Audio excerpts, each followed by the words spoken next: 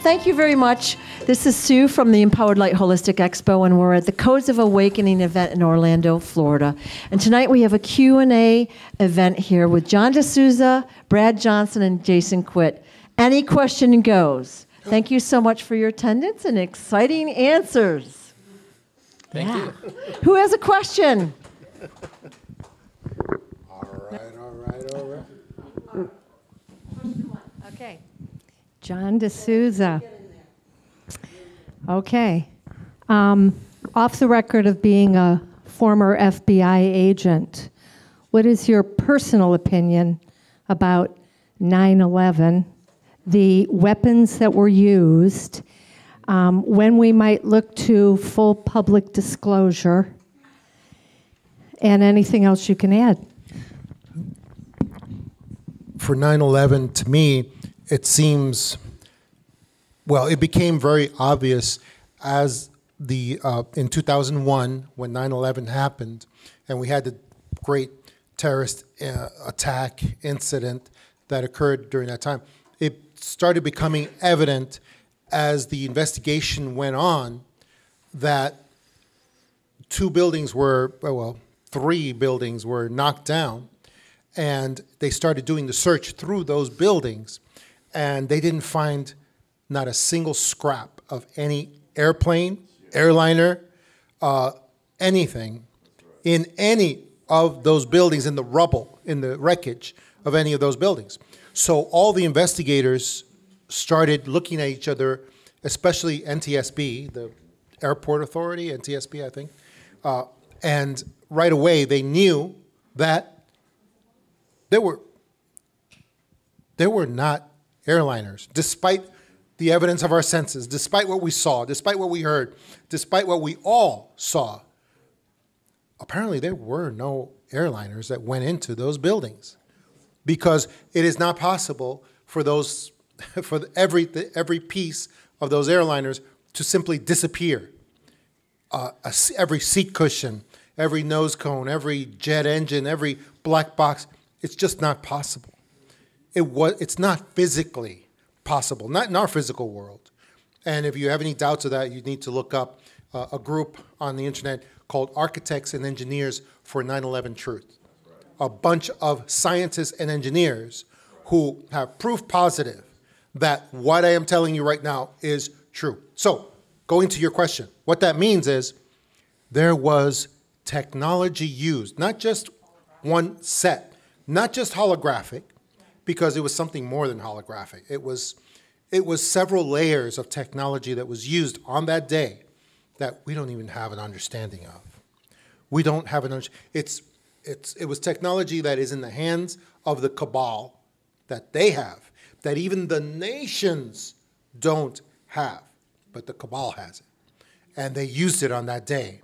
And there were many layers of reasons behind it, but one of the reasons that they used it that day was to show all the nations that if they don't fall into line behind the central banking systems and stop resisting them, that this occurrence could occur in any one of their nations as well. And the other problem with that is we're going to be seeing that technology again sometime soon. And I believe we're going to be seeing it again when we have an event called Fake Alien Invasion. Yeah. And that's when I believe we are going to see 9/11 times 1,000. And so we need to, and that's one of the reasons we have to undo the cabal. That's one of the main reasons, because that is coming, and it's coming soon. So that's the best answer I can give to that. Any other questions or answers from you, Jason, or anything you'd like to add? From that? Yeah. No. Fred? No, we're good. All right, here's my comment. 9/11 was supposed to be much bigger than it was, and some of those components were somehow foiled. All right? So I don't want to give away any of John's presentations, but intuitively, I got a hit a day before it happened. And I didn't understand what was going to happen, but I knew it was going to be nationwide. And so we only really had 2 locations, but it was going to be much bigger. And John might be able to tell you more details on that tomorrow. I will. Yep. Yes. All right, next question. Hi, it's really more of a follow-up question. So if this was not actually orchestrated by the U.S. government and it was the cabal, why did they choose to do it on American soil? Because from what I understand, the cabal is not necessarily associated with the United States. Well, the United States is one of the nodes. I don't know if that's the right way to describe it. It's like think of it like a crown. London is one of the centers worldwide for the cabal. Another center is Belgium. Exactly. The Vatican is another center of the node. But the United States, Washington, D.C.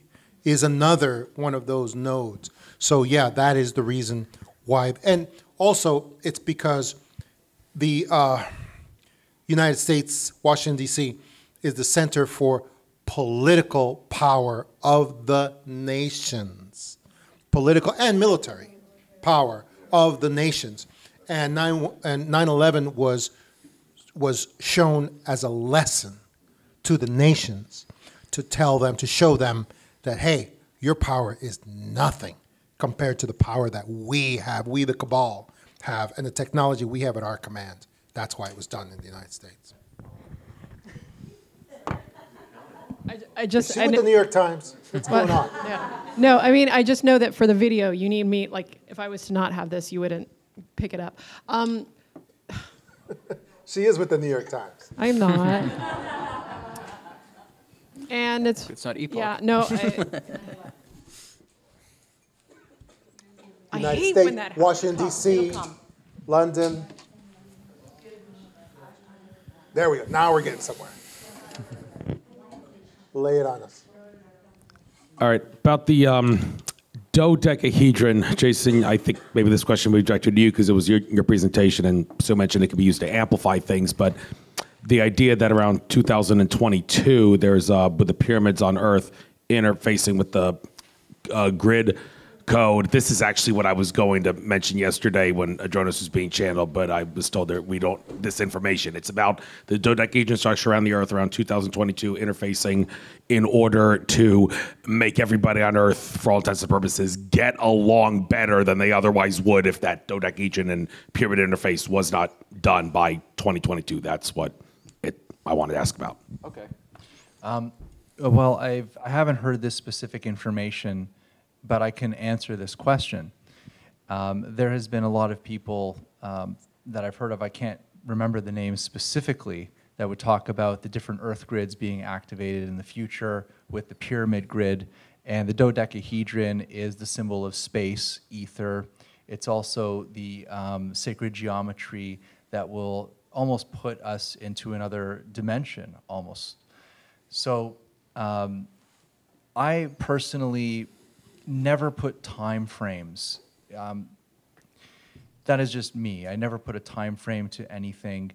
And I believe that the geomagnetic field of the Earth, the etheric grids of the Earth that are connected through the pyramid system, through the ley lines of the Earth, they go in and out of activation depending on the geomagnetic strength of the field, depending on the solar winds, depending on of where it is in the universe.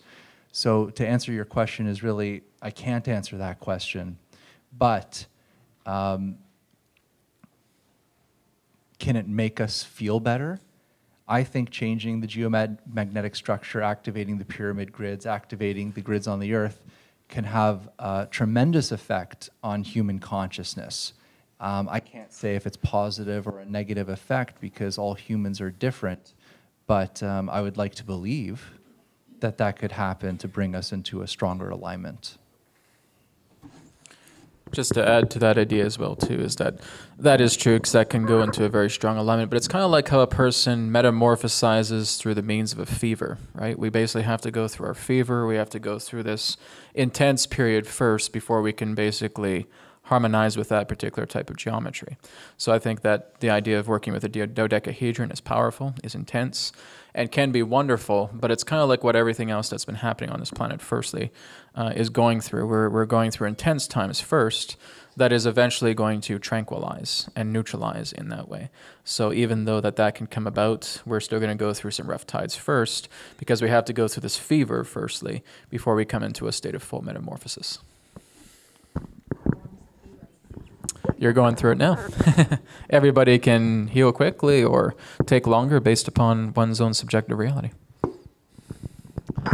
So I remembered about 5 seconds after she walked over here. Me again, the New York Times reporter here. Okay, so in your opinion, because you can hear a lot of people's feedback on what they think the most important thing that everybody can do, where do you think the most important power that the cabal derives, and how can we try and take that from them to destabilize them?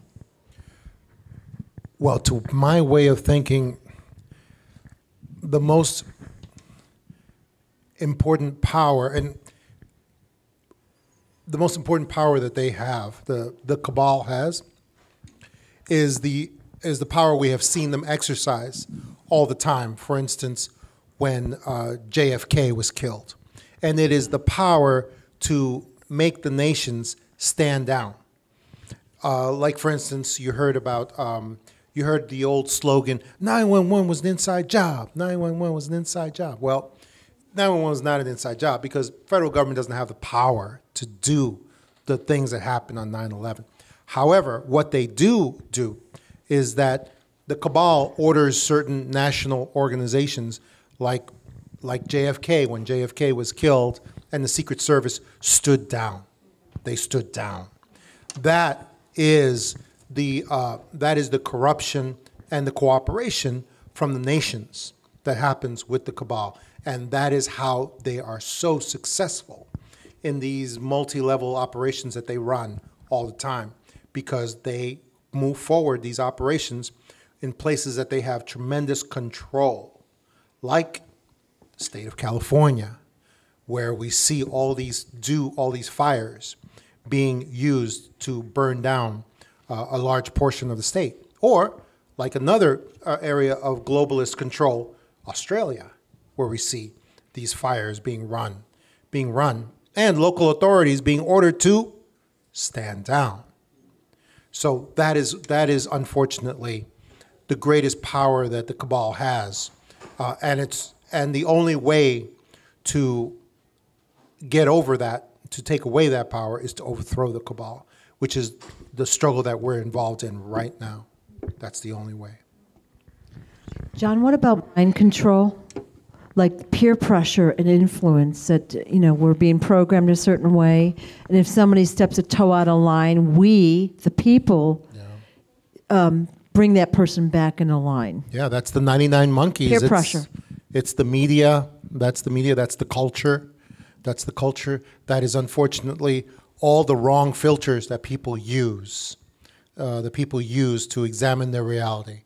And it's still going on now, because people are using the wrong filters. They're using political filters, they're using religious filters, scientific filters, and none of those are appropriate. We need to throw those off, and it's all misdirection. It's all based on misdirection, absolutely. I'll have to get my question back. I had two questions. One of them was about 9/11, but this one is about consciousness. And so if we create our own reality with all of our thoughts, so right now I'm creating you, the three of you sitting on that stage, I'm creating my chair, how I'm feeling right now, I'm creating my own reality.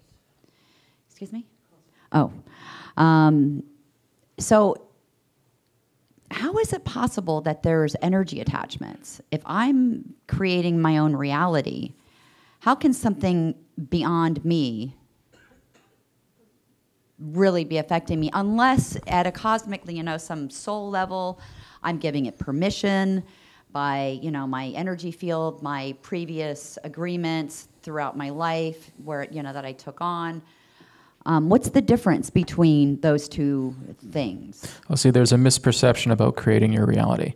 Creating your reality comes to the state of choice, not through the idea of you actually having the memory that you're creating that chair, that you're creating this table, that you're creating everybody here. It's not about that. Everything is available to you right now. Because everything is right now, everything is creatable right now. So you're experiencing this room, you're experiencing this reality, you're experiencing me talking about a Starbucks coffee cup. But the whole idea is that really what you're doing is that your value of choice is the idea of how you perceive reality. So what you choose in life becomes your creation. Your vantage point is the idea of what you are perceiving and what you are creating.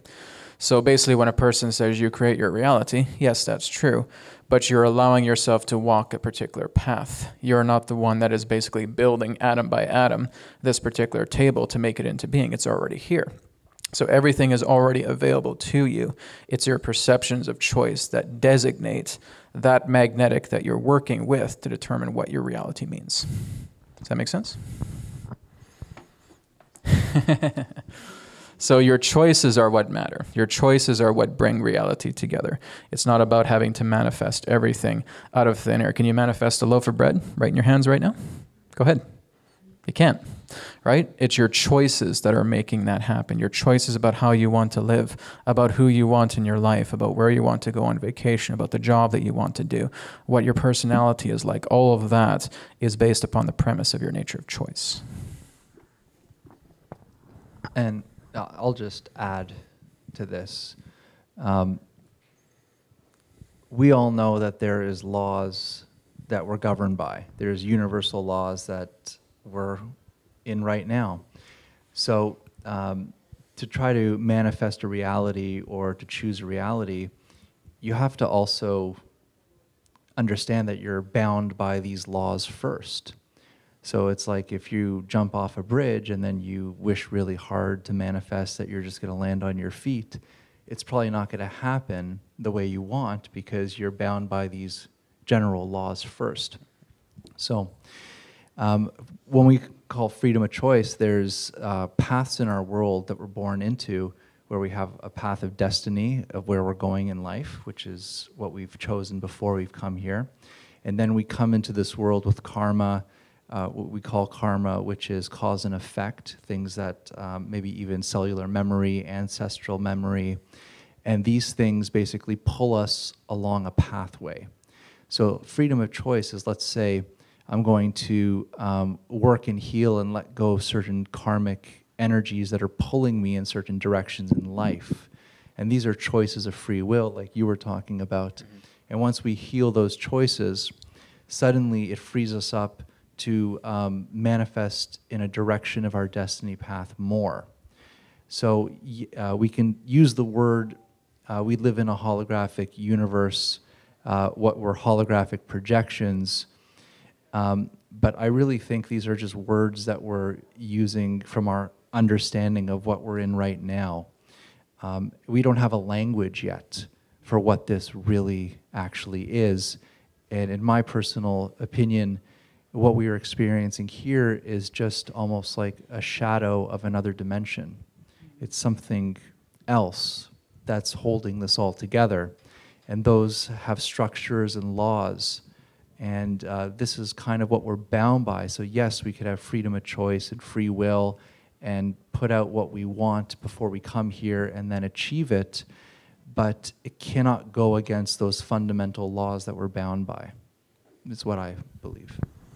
And to go even deeper, you have to understand that looking at it in this perspective, you yourself are a character. And there's your soul behind the scenes that already know exactly what you're going to experience in this life. Is it going to tell you everything about that? No. It needs to keep the mystery intact so that you create this quote-unquote illusion of choice. And choice is actually an illusion because everything that we're facing here in front of this reality feels genuine to us. But because it's operating at a very, very slow density, our soul operates in a plane that is so much beyond this reality. So it's kind of like looking at the idea of playing a character, like an actor playing a character, and your soul is behind the scenes knowing exactly what you're going to do, knowing exactly what you're going to carry out, and can only sprinkle a little bit of breadcrumbs here and there to giving you hints about where you go. But can it tell you the entirety of your life? I've never met a person who's been able to do that.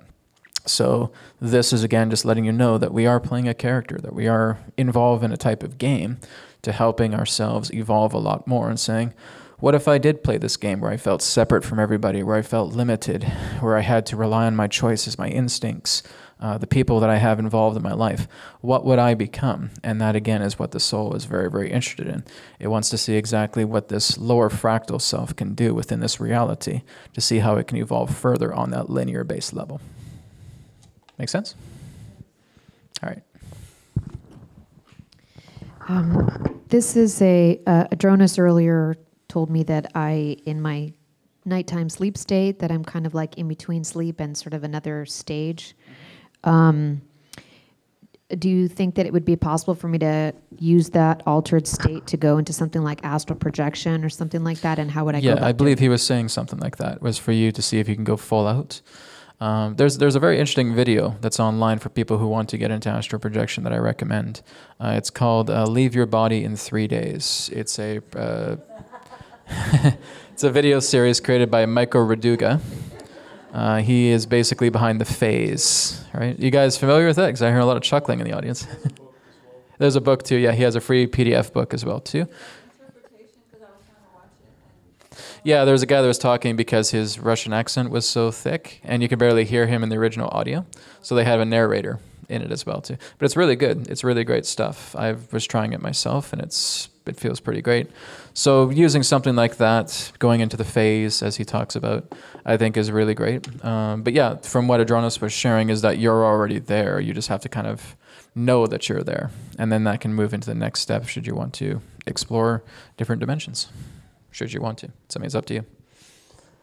But it's available, for sure. Thanks. All right. This question is for John. Are you familiar with Andy Pero, the parapsychology in Montauk, New York, the parapsychology mind control subject named Andy Pero? Are you familiar with him? No, I'm not. Okay. What are your beliefs about the Montauk Project and Camp Hero and those types of that type of information on the internet? Is that real, or is it more so just other propaganda? Well, no. I mean, the Montauk Project was real. It was, and the way that you know that is when you have so many separate sources of information that all kind of parallel each other on the same subject. Then you start. You have to take that raw data and say, this is something that really happened. This is something that it's correct, it's true. And then the real question becomes, well, what was the final version? What was the final reality of the Montauk Project, and what happens? And there's a guy on the internet named Stuart Swerdlow. Yeah, I know him. Who claims to have been a part of the Montauk Project, and he has a lot of information on it. And if you're interested in seeing some stuff from a possible eyewitness and participant, then his stuff is something that you want to look into. Yeah, about that too, because someone was asking earlier about Adronis about Montauk. Was that you? Were you asking about Montauk? Okay, yeah. Yeah, and someone else was asking about the movie Contact and about the technology that was in there as well too. And I believe Adronis was talking about that the movie Contact and being able to open that gateway to Lyra was based on looking glass technology, right? Being able to create a synthetic pineal gland. So these are all fascinating topics. I'm actually Facebook friends with Stuart Swerdlow. He just actually added me recently. After a while, I had to wait a while. But I've actually read a couple of his books. He's quite good, so I would recommend him as well too. He knows what he's talking about. My question is about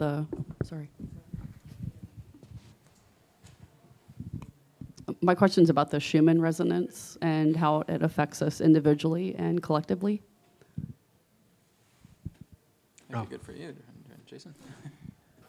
Okay, and first I'll just get back to Montauk and Stewart and all these people. Please look into them more carefully as well, because there's a lot of what I would consider disinformation in that topic, and be very careful.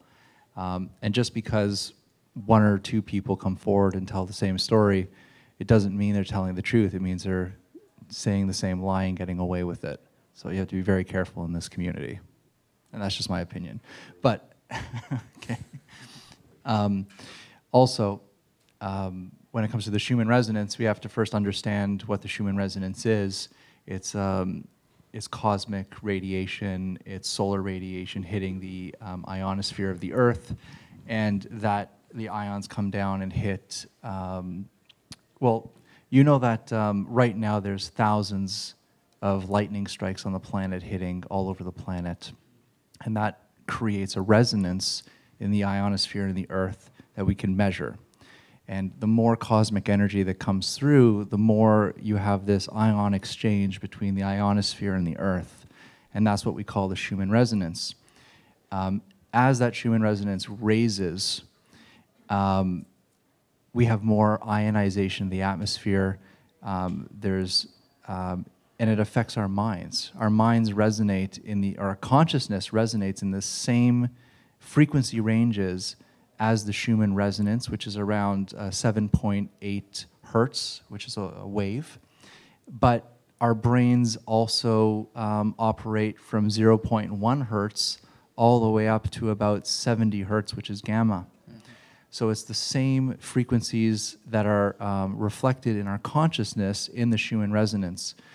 And being awake, we're around 30 hertz, between 30 and 40 hertz. In a meditative state, we're in around 11 hertz. And as we go deeper and deeper, that's when we get into altered states of consciousness, dreaming, lucid dreaming, and a loss of consciousness completely at delta, which is about 0.5 hertz to 1 hertz.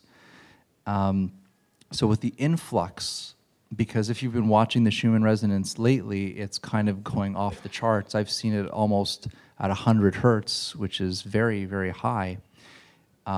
So this could really affect our consciousness, I would say both in a positive way and in a negative way, because remember, people are fragile. And if it starts to affect our mind, if our minds are very weak, or if we have a very active mind, having a very high Schumann resonance may cause more chaos in people. Whereas if a person has a very clear mind, the Schumann resonance may actually activate different memories, gifts, dream worlds, or even healings. So it really depends on the person receiving that energy of the Schumann resonance that determines the effect of it. A mat, well, that's very good, like a pulsed electromagnetic field mat, is what you're asking? Yes, those are actually quite beneficial because remember, the human being, the human consciousness is born in the womb of Mother Earth's heartbeat, which is the Schumann resonance, which is the average, about 8 hertz. And for us, that's almost like the energy of peace. It's what we're used to. When we surround ourselves with Bluetooth, radio frequency, Wi-Fi frequency, that's in the megahertz frequencies. It's microwaves. It's a high, high frequency. So we're exposing ourselves to a type of frequency radiation that is thousands of times stronger than the Schumann resonance. Schumann resonance is geomagnetic. It's low frequency pulses. And we're surrounding ourselves with very high frequency. So when you take a low geomagnetic field frequency, like you're talking about, a pulse electromagnetic field, and laying on it, then what you're doing is you're trying to resync and calm the nervous system of the body back to the earth frequencies, which has a very healing effect to it. So we are trying to, see, this is how crazy things are these days.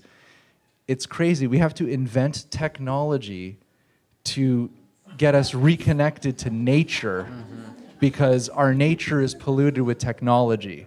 That's how crazy we are, right? Yeah. So. And we have to eat organic food so we don't get sick. Yeah, like what humans call real food. Yeah. Organic food is real food. Right. And run on your Peloton also with the nature scenes on the screen. So we are in bizarro world, basically, is what. Yeah. Yeah. I hope that answers the question of the Schumann resonance. I think I went over that one. Okay. Okay. Hello, guys. Hi. I just got a quick question. I'm sure you heard about the QAnon movement. It's supposedly, maybe you haven't, but it's supposed to be a movement that's going on with Trump and the military and just a bunch of leaders worldwide. It's supposed to take place possibly this year about exposing Hollywood and, just the corrupt government that we had in the past. So basically, my question is, what are your thoughts about that? Is that basically part of the ascension that's going to happen? So this is kind of like the spirit kind of expressing it into our physicality as that kind of movement?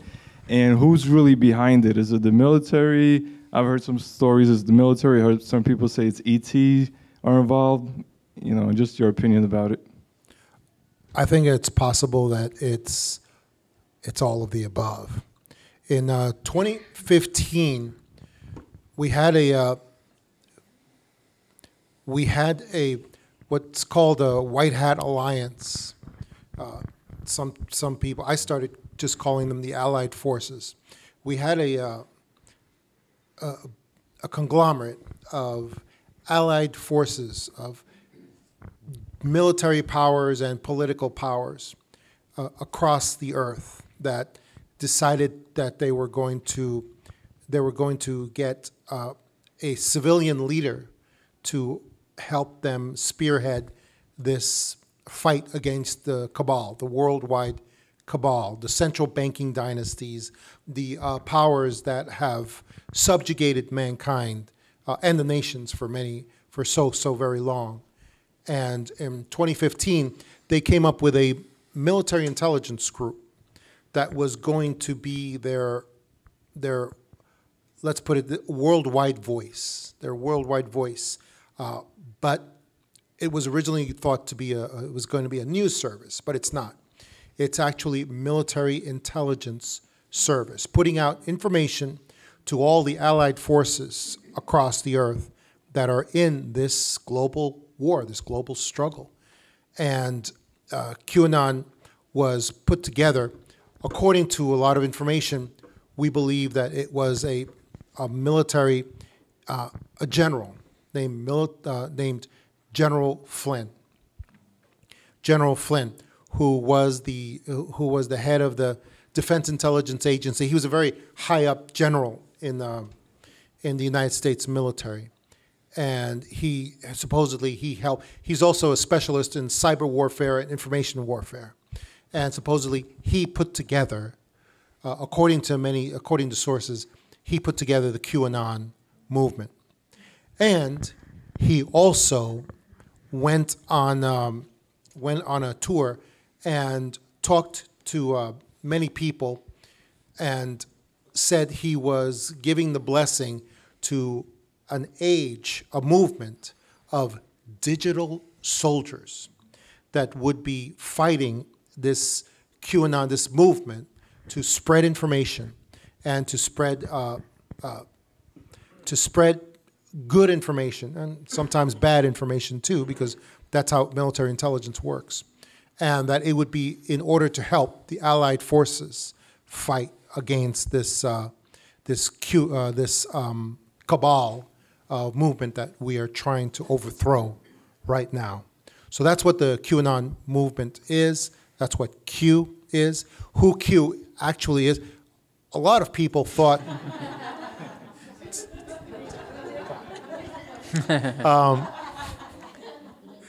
a lot of people, unfortunately, a lot of people thought that General Flynn himself, Michael T. Flynn himself, was Q. And for that reason, the previous administration came up with this terrible operation, to try to take him down and frame him for some crimes. And it was a big catastrophe, but it was because they were desperate to stop him because they thought he was Q. It turns out he's not, but he does know who it is, and he does know how the Q movement works. So that's how Q. the Q movement started in 2015. It's continuing now, and there's been a lot of backlash against it from the cabal and from their media assets, of course, mainstream media, and that's going to continue. But Q is going to continue to move forward, and a lot of people need to listen to the best interpreters of Q drops and Q information that they can get, and it's not easy to find, but you can find them. I feel like that's kind of like part of the, the Earth's vibration is raising right now. Right. And, you guys are talking about the exposure that's going to happen very soon. Especially Brad saying 2020, the year's exposure. And this lines up perfectly with Q, who's, he's basically putting out drops about Hollywood and different politicians. So I see the synchronicity there, which is, great to see. Oh, it's true, yeah. Adronis made predictions, I think it was in 2019, about that happening this year. And of course, we're starting to see that. It'll probably unfold a lot more. Like I said, just be mindful of all these different groups that are here. Don't always put your 100% trust into them. They have their own agendas. It does not mean it's equal to your own agendas. So it's kind of like you're just kind of putting on rabbit ears and you're just hearing these things. But always really take it as a grain of salt, because everything can change, and because it's one person's agenda or one group's agenda doesn't mean it's yours. What's important is your work and your progress. Right? John, another question about Q. All right, what the heck is taking them so long? We keep hearing all these things are going to happen, and they're not happening in. Sorry, what? All right, what is taking them so long? Oh, I can explain that to us. Yeah, what's taking so long is this. According to all the information from Q and from very knowledgeable QAnons, which is a separate group, according to them, what is going on, and even Trump himself has kind of alluded to this as well, is that what we're doing is we are undoing the corruption and the malaise and evil of the last, well, it's mostly the last 40 years, when we have been buried under a mountain of treason, theft, murder, and it's the crimes against humanity have been committed against us. We just don't, and 9/11 is just the tip of the iceberg of treason and evil and death and genocide that's been committed against us. So what's going on is this whole system, what's taking so long is this has to be undone slowly.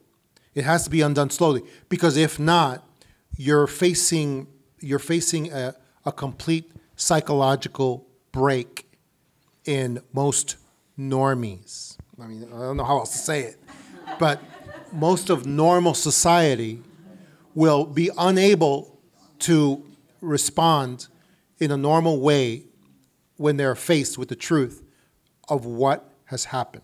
If all the indictments were to come all at once, all of the other things that are going to be coming in after the indictments, we're talking military tribunals, we're talking a lot of other things.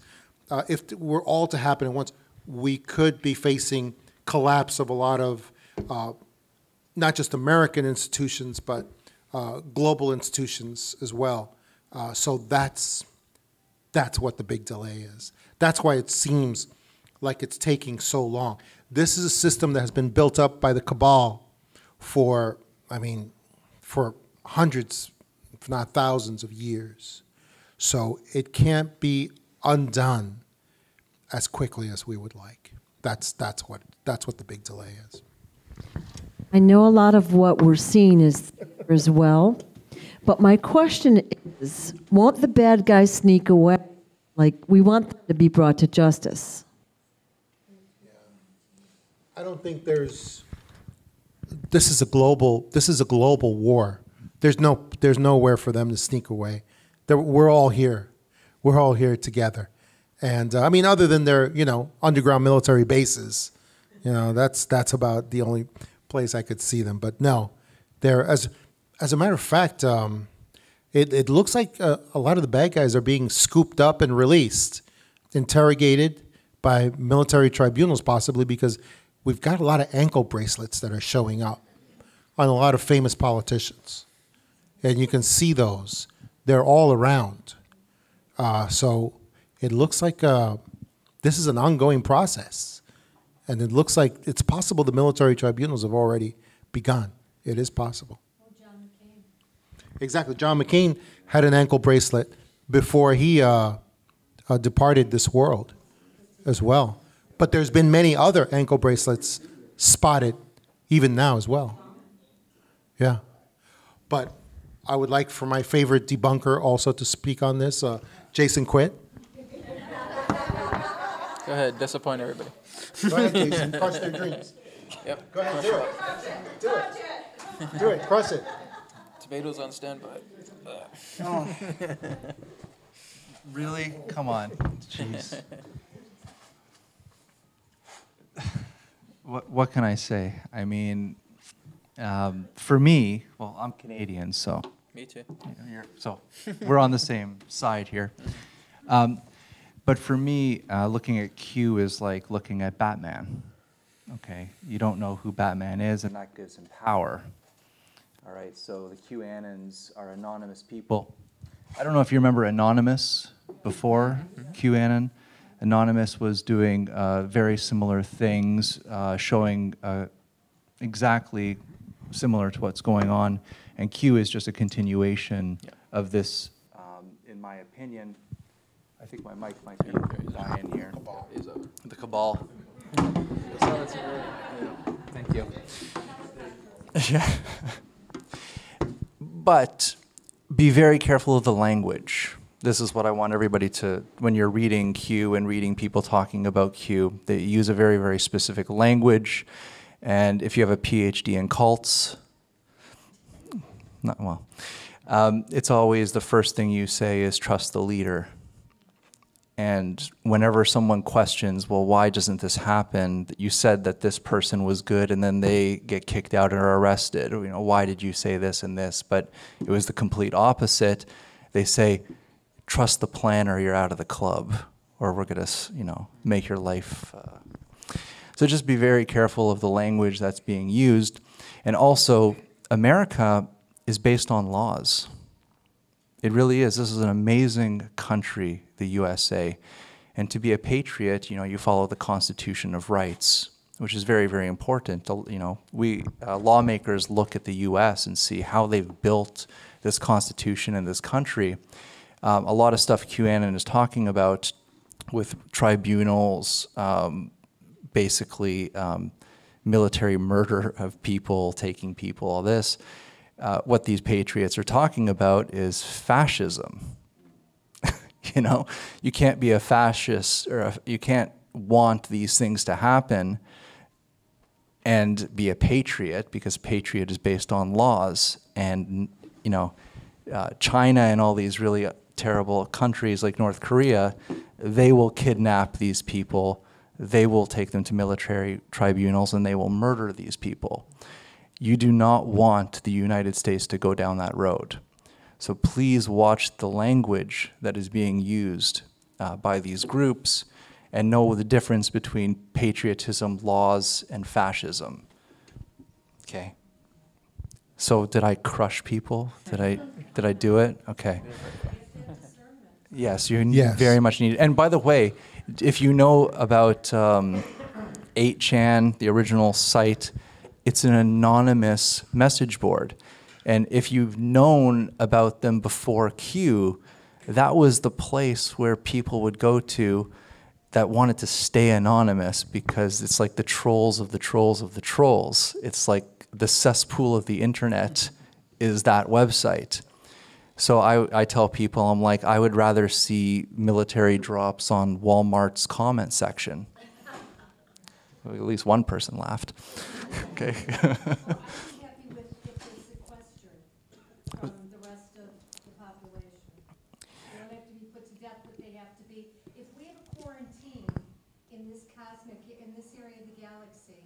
for the negative polarity to be here, it must be for the plan of it being rounded up.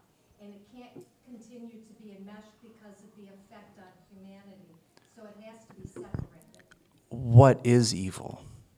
What is negativity? What causes these people to do this harm? They don't really care. They need to be separated from us. And if you separate it, American, and we've got some Canadian stuff going on. no, this is good. This is good. The rabbit hole goes on forever. They need to be sequestered. Yeah, and that's not fascism. That's just common sense, and the military tribunal system is actually completely legal. It is a system that is used to defend nations' survival when its survival is threatened. It's just a separate legal system that is perfectly legitimate to use, and it's not fascist. These guys don't even have guns. They don't believe in guns. We use our words. I'm sorry, John. That's Canadian for hello. We need a Second Amendment up here.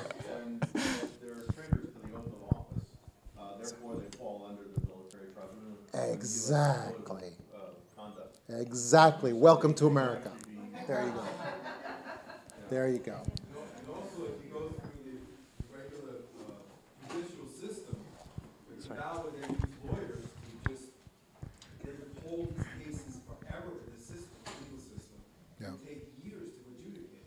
Yeah. But the military tribunal becomes a more efficient way of adjudicating these cases. So Yeah. But my point is that if we're living in a polarity universe right now, in this 3D reality we experience polarity, good and evil, if we rounded up every person that we deemed evil and got rid of them or quarantined them, well, right, then you're going to say the rest of the population is positive polarity? let's not use the word evil. Crimes against humanity. Exactly. The human trafficking. There Yeah. you go. There you go. Ritual abuse. Okay. That's it. Wow. Light the torches. That's it. Do you want to do this? I started to rock. I'm just going to talk about consciousness questions. That's all I'm interested in. I'm sorry. Go ahead. They're sending me back to Canada. I'll ride behind. After what? Right. So we got the Patriot Act. We now have something in the United States of America where our government can come and take you and do whatever they please to you without any checks and balances. And you can disappear. Right. I've recently learned that Clinton signed something that said that you are now allowed to lie on national television, some law. So now we can't account on the fact that people have to make sure that they're telling the truth and they're getting, resources that are telling the truth. So, I mean, and then what was that? Obama recently, what was that?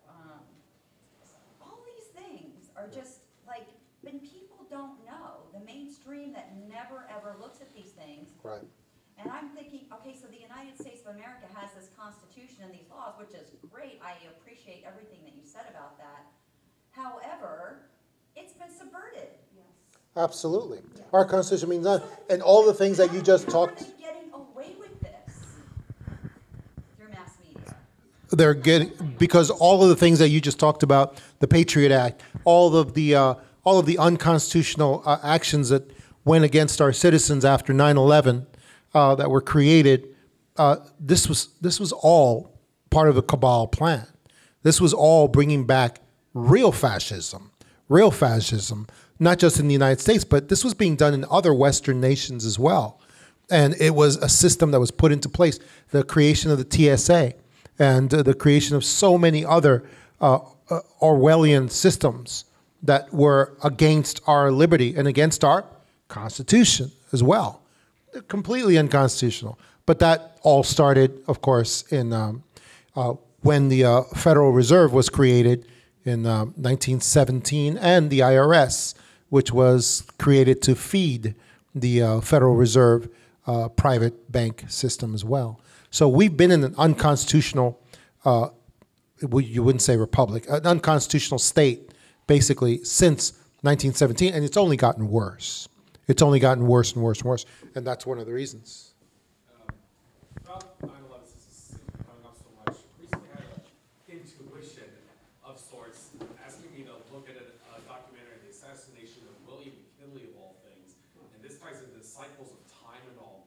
It's funny how William McKinley is like the only president who the guy who assassinated him, you can't really prove that he's a patsy or someone who's in a conspiracy, and also that those events happening were exactly 100 years before the events of 9/11. Interesting thing about McKinley, he wanted the gold standard, and right after he was killed, Theodore Roosevelt became president. He was doing all the illegal stuff in the national parks and all. So then 100 years later, you got 9/11. So I'm thinking, from a cycles of time standpoint, what can we make sense of this? You got a presidential assassination, which nobody seems to know the truth of, and then 9/11 happening almost 100 years later.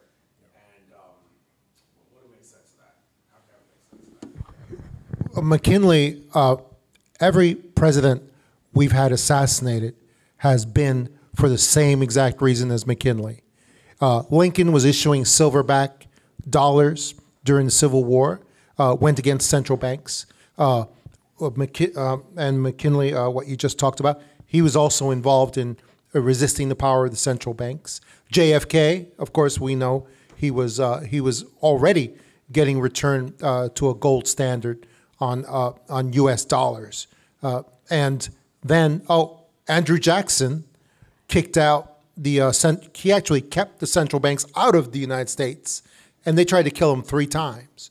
3 times he carried bullets in his body for the rest of his life because he resisted the central bank. So that's a very little known commonality between all the assassinated presidents throughout the United States.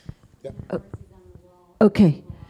We're going to have one more question, then we're going to take a very short break, and then we'll come back to it. And everyone that has a question will have to use a mic from now on. All right? One more question. Hello. First of all, I would like to thank all of you for your service to the collective. Very much appreciated. Thank you. Thank you. And I have a couple of questions. It could be for any of you. You all have valuable perspectives to.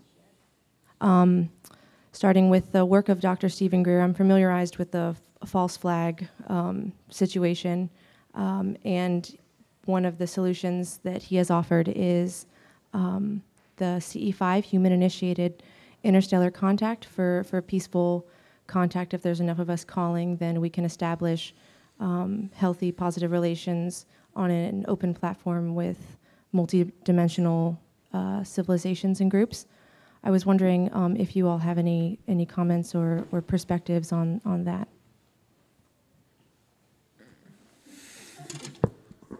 Go ahead, John. Go ahead, Jason. All I wanted to say, no, you guys should talk on it as well, but all I wanted to say is I love Stephen Greer. I love his material. I love his work. However, I do disagree with his perspective that all alien presence or variations or visitors are always positive, no matter what. And if you have a less than positive experience, it means something's wrong with you. And I just disagree with that perspective, and I don't think it's a good perspective as far as that goes. Other than that, I love his work, and I think his work is very important. I've done CE5 events before, and I think it's a very positive thing to just, try to make a connection. But we also have to agree with what John said as well, that it's not all positive. I've had different types of contact experience that I speak about, and it's very personal, and usually it's through telepathy or out-of-body experiences. And I think that just the fact of putting it out there that you want some type of positive experience, be it in your meditation or prayers, you don't have to be out in a field and ask for it, but put that initiation out before you go to sleep you may have a connection to some information or contact. Because I believe the contact that is happening with the public, it's not the vision of the UFO landing at the White House. It's one-on-one interaction with an intelligence that is initiated through a type of meditation connection through your heart space and your maybe even connection through your past lives as well. So I believe that is true contact, and if enough people go through that experience, it'll change the consciousness of the planet for some type of visitation in the future. And this also goes back to QAnon and all these things as well. And what I was trying to say with evil is that the world will only change when our consciousness changes. There's corruption all over the world in different places, and it's just from the ideologies and beliefs that many people have. And so there has to be a shift in consciousness, in my opinion, for true change to take place on a mass scale. It's just my opinion, you know, people that have power, it's rife with corruption at that level. So we have to be spiritually changed to change at that high level. Yeah, I agree with that too. Yes, I have done CE5 events as well too. With Stephen Greer personally, I think he's a great guy. I don't really agree with any of his philosophies at all. Not really. There's just too much. There's a lot of fluff in it, really, from my own perspective. When you're looking at the idea of everything being positive in that sense, I mean, it's important that you're looking into things that complement your reality, of course. But no, you're living in a duality, so that too is important. The key here really is that you have to understand that everything that's happening on the planet right now is partitioning. We are getting different groups, everyone with their own finger in the pie, relating to this planet. Everybody's partitioning. There's people who love QAnon. There's people who love Trump. There's people who do this and people who do that. Everybody is basically getting into their own partition group. Those partition groups are going to intensify in their own way, and it runs together with the momentum. It's not about the idea that all of these groups are basically just going to come under one particular banner, and it's going to be rainbows and whiskers on kittens for everybody. There's going to be these states of partitions where people are going to go in their own way, and they say, this is exactly the momentum I want to ride out for the years to come. Right now, we're just going through a transitional cycle. Like everything, you know, there's a lot of people who say, oh, Brad, when are we going to win? I said, well, what are we losing, right? Are we losing something? We're still alive. We're still breathing air. We're still in this body. We're still existing here on this planet. We're still getting to know each other. We're still connecting with each other. We're meeting unique people every day. Is there really a losing situation here? It's the idea that people choose to struggle. People choose to fight. People choose to retaliate. People choose to achieve. People choose to triumph. So it's not so much in the idea of a win-loss situation, because that to me is black and white. It's the whole idea that whatever you feel you want to do in life, who cares what your politicians are doing? Who cares what this is doing and that's doing? I don't relate to that world, right? I couldn't care less about politics. To me, it's just about the idea about what am I doing with my life? What can I do to help other people? What can I do to fulfill a compassion agenda? That's my agenda. So if your compassion agenda is going out into the field and connecting through CE5 or any other name you want to give it, remote view of these beings, connect to different dimensions, be educated by them, do it. Don't worry about what Trump is doing. Don't worry about all these political things. It's just about the idea of staying with the momentum of where you feel you want to be. Ride that out as far and wide as you can. There's going to be a lot of changes happening in these years, yes, but in many different levels, not just political stuff, not just government stuff. You know, we all have the ability to focus on what we want to focus on pertaining to how we partition ourselves in that group. And I'm just happy to partition myself in the group of compassion, helping you guys out, getting the word about what we have done here today, and sharing this great knowledge of healing and helping each other. It's basically getting past this reliance on governments and saying, when are they going to fix stuff? They're not going to fix stuff, guys. You're going to fix things. You're going to make things happen. You're going to make things take place. You're going to bring your own disclosure together. Stop waiting for the government to do it. Stop waiting for politics to do it. Do it yourself, right? That's really where I stand. Hashtag organic disclosure. Haha. Thank you. That's it. We are a family. We're all friends. I very much resonate with what you shared. And then my last question, it was actually somewhat addressed in what you already stated, is the idea of the multidimensional realities, and that as we raise our vibration and orient our consciousness in a particular way, that's the reality that we're going to experience, that there are multiple timelines, one where certain negative things are going to occur or certain tragedies, et cetera. That, what are your thoughts on if we, as we orient our consciousness in a particular way, that we can actually experience an entirely different timeline in reality? I really look at it in the idea there's debris consciousness and there's liberated consciousness. There's evolved consciousness and there's lack of evolution consciousness. I don't really look at things negative. I know what you're saying, but I don't look at things in black and white. I've had so many people come up to me, Brad, what about this positive time or this negative time? Like, why are you guys saying it's negative or positive, right? The whole idea is that really, does it contain something that serves you or something that doesn't? Something that evolves you or something that doesn't? You have to understand that everything, and Adronis said this today as well, reality happens from you. It does not happen to you. So again, whenever you're looking at something fundamentally negative, you're looking at something fundamentally negative because it's something that you cannot yet accept within yourself. And that's why it's lingering, right? So then you start bringing all these people and situations and events into your life to letting you know you're holding on to this, right? And things start to get hectic because there's something within yourself you just can't swallow. There's something within yourself that you haven't met with yet. There's something within yourself that just is wanting to come out, but you're not giving it the attention. So again, consciousness really is consciousness. We can put levels onto it, but it's really just about the idea of saying what serves you and what doesn't. What is it that liberates you and what's something that causes you to be stagnant? So it's like with me, I have nothing to worry about anymore, guys, and I'm not saying this to brag. I'm here for the fun of it. I'm here to enjoy this. I'm here to educate. I'm here to share this. Do I get challenges at times? Of course I do, but it's nothing that I can't face. And that's the whole idea. Don't try to be perfect, right?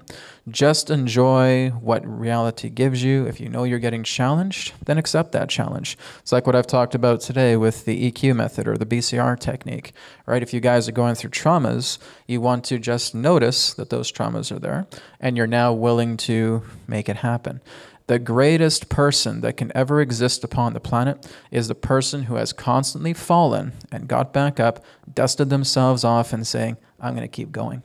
That is the strongest person that exists. It's not about the person who says, I make no mistakes, because that person is the most fragile of them all, because he's afraid to make a mistake. The person that has fallen has no fear anymore, because they're used to falling, and they're used to getting up, and they're used to dusting themselves off. So the consciousness that you want to evolve with, let it be in something in complement to you. Right? That's what I can share.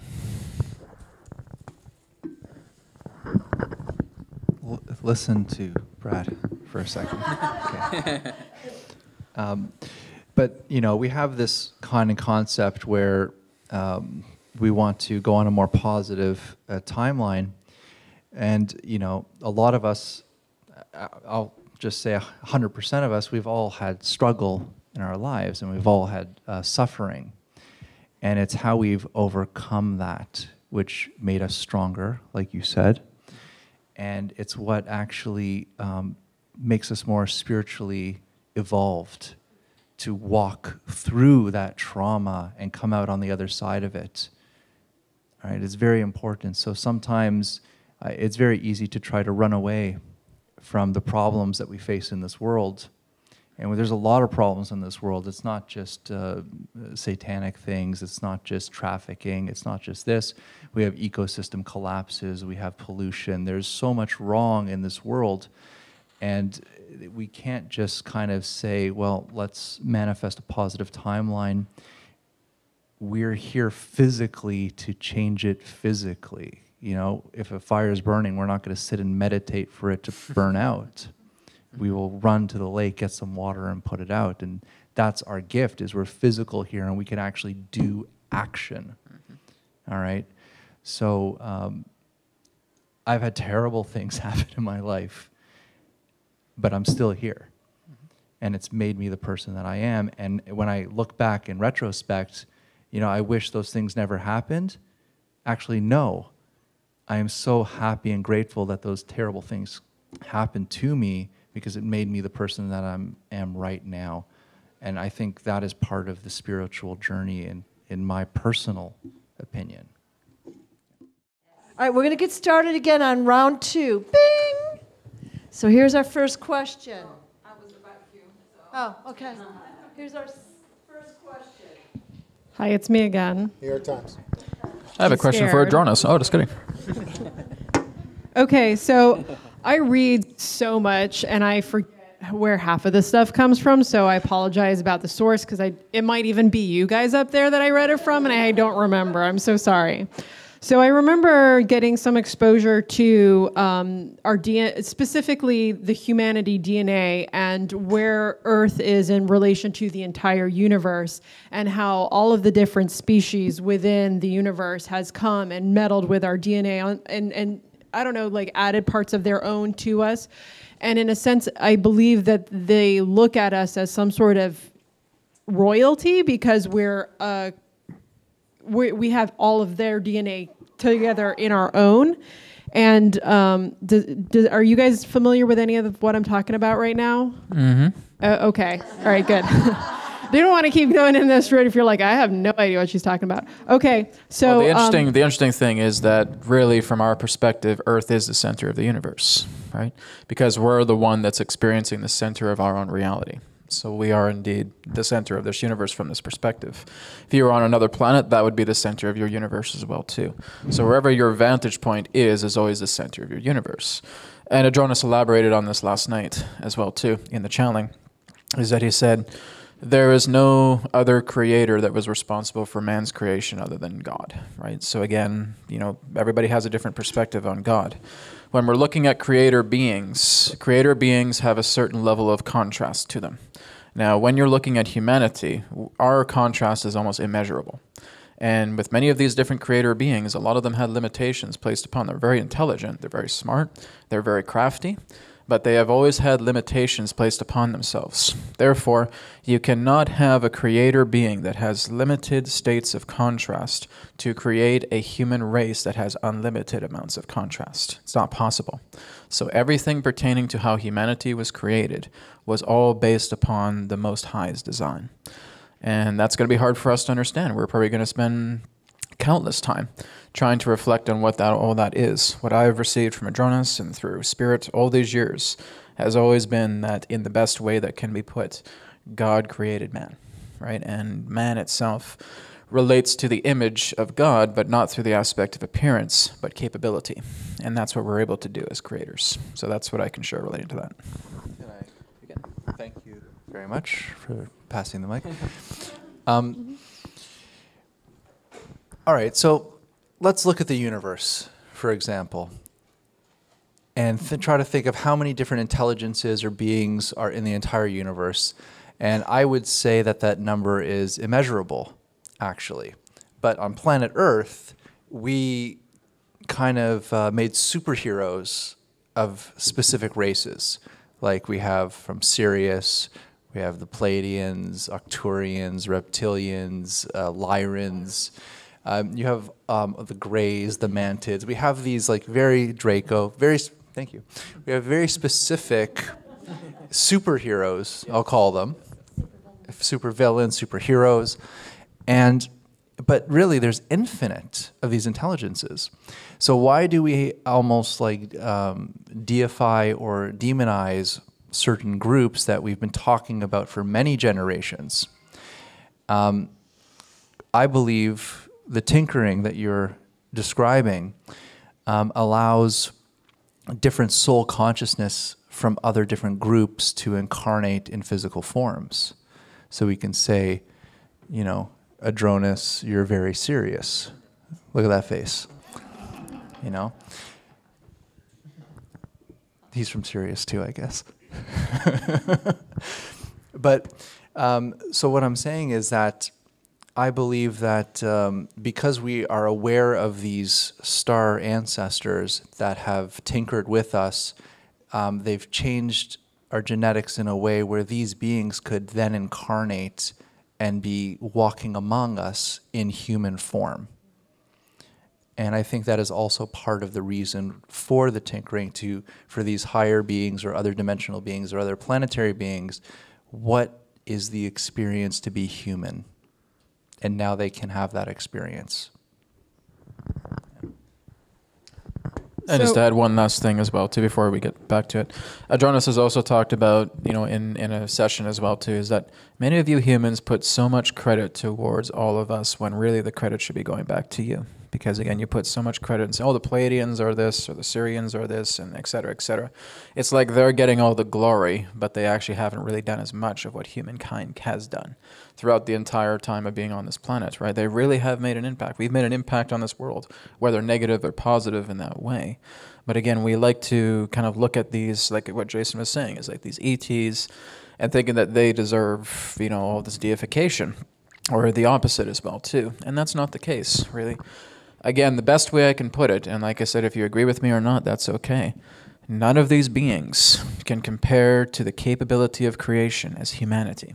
We are the most powerful race there is. And if there was another powerful race, I'd tell you guys, there isn't, right? Humanity itself has the greatest contrast, has the greatest capability, has the greatest creativity than any other race. I've actually connected with many others as well, too, and they said they are amazed what they see humanity create on this planet.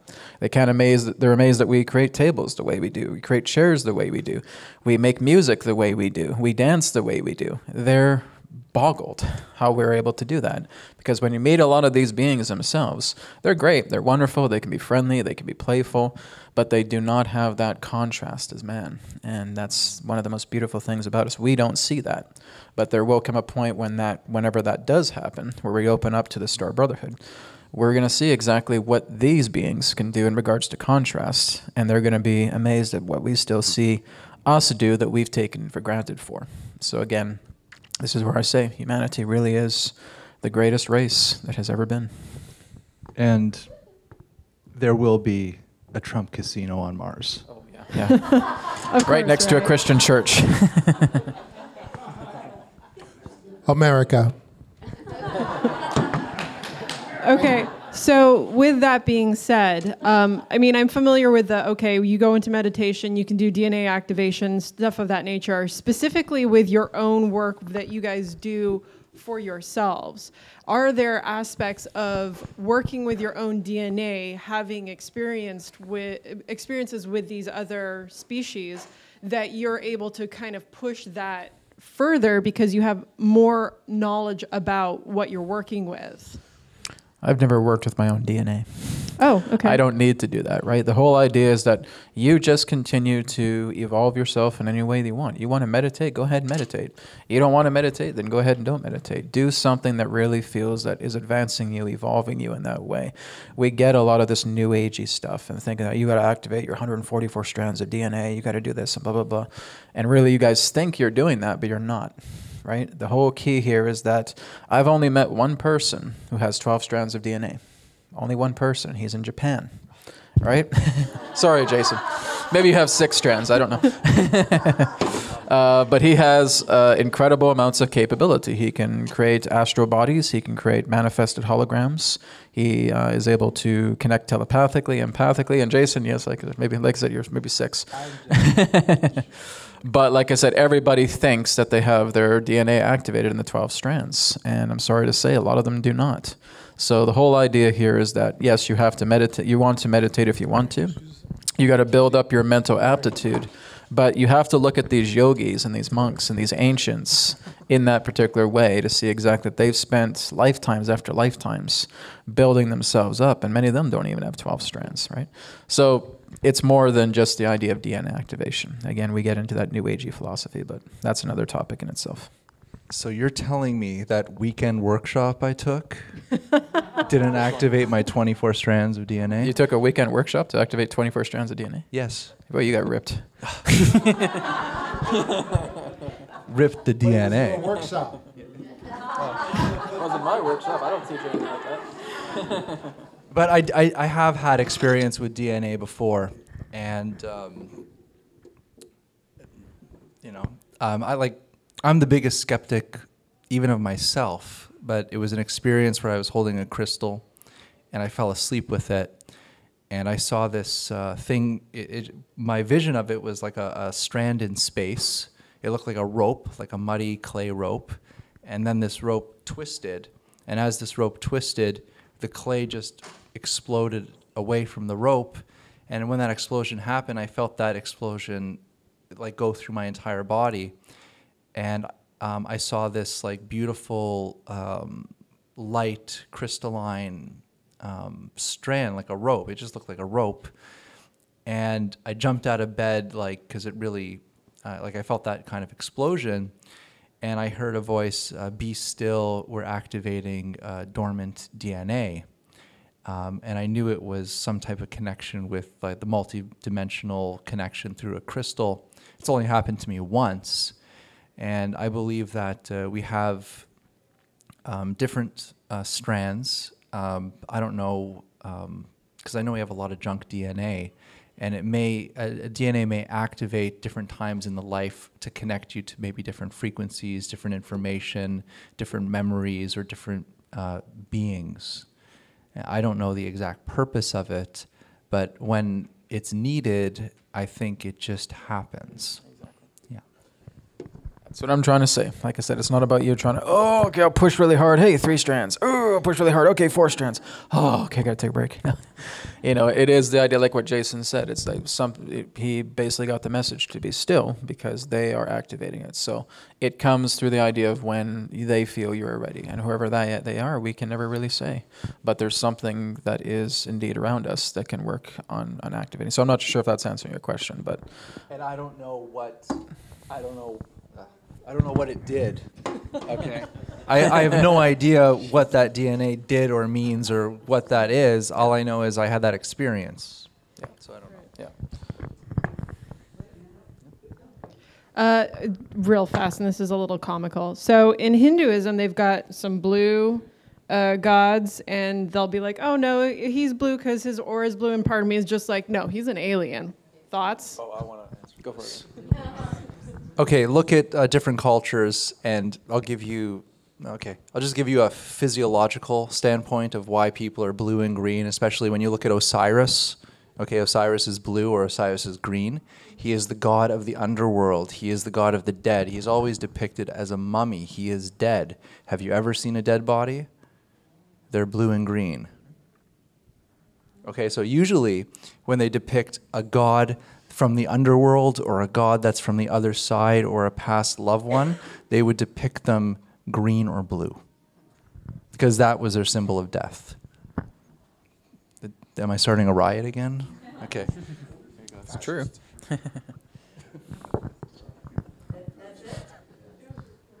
That's answered well. That's good. So is that good? It's great. Okay. Well, what I learned is that there was a blue race, and they had what we'd call superconscious abilities, and that they blew themselves up with a, technological explosion, like whatever, in India, and they all like blew up. I don't even know when at this exact moment. And they were like really physical beings, but they are mostly gone at this point. Well, we actually do have pigmentation of blue. And you've seen news stories of people that have taken too much colloidal silver and they turn into blue guys. Yeah. Because we do have that. What's that? Blue person?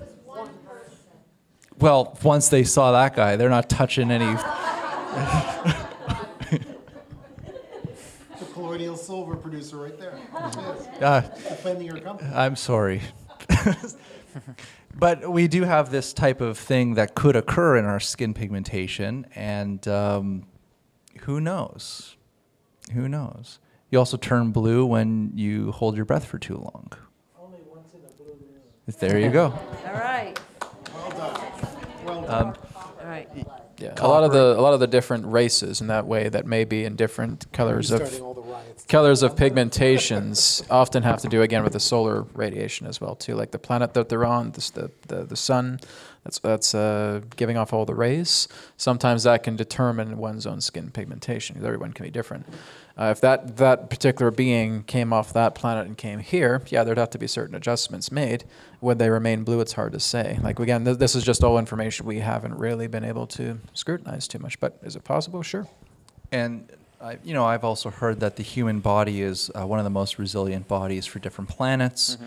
So what if, let's say, for example, we were taken from ET and to put on another planet, and like what you just said, has different elements in the soil, has different vegetation and meat, different radiation from their star, and they will turn a different color, green, blue, whatever color. It's just the environment and the adaptability of the human body in that environment will change it to that color or skin tone. So it's entirely possible. Then, of course, we're getting into walk-ins and ensoulment. Now, that's a different story. So basically, where, again, a host body may decide to, the soul in that body may decide to leave this life, and another soul comes into that body having ensoulment and a walk-in experience. So that soul, for example, could be maybe this Andromedan that is pale blue in that way. And there are certain forms of characteristics that can therefore forge into that body. There may be a changing of facial shape. There may be a skin pigmentation change as well too, because that soul that's coming into that body is giving that information to the cells of that body and creating that different forms of calibration. And I've seen this with some walk-ins that I've talked to as well too. They would show me some older pictures of them. Their face looks really, really different. And compared to right now, maybe they have like more defined cheekbones or something of that nature. Their eyes are a bit wider or a bit larger. This does happen because every time a new soul comes into the body, you're noticing changes. So again, that too can happen pertaining to just walk-in and ensoulment, but that too is another story. Okay, this question is for Brad. Yesterday, Adronis said something about you really need to embrace God more. Okay, and there's only like one God, and God is the person that created us, not these other races. Okay, so two-part question. What does God, let's say, look like or feel like? And then what are some tips that we can take away that we can embrace God more other than maybe praying? Like, what can we do to feel closer to God? Well, you've never really been apart from God. That's the whole important thing. When you're looking at God, it is everything that the modernized religions have not said, right? So it is the idea that God is love, but love is not God, right? God is everything that you can represent in the most graceful, beautiful, compassionate, wonderful way possible.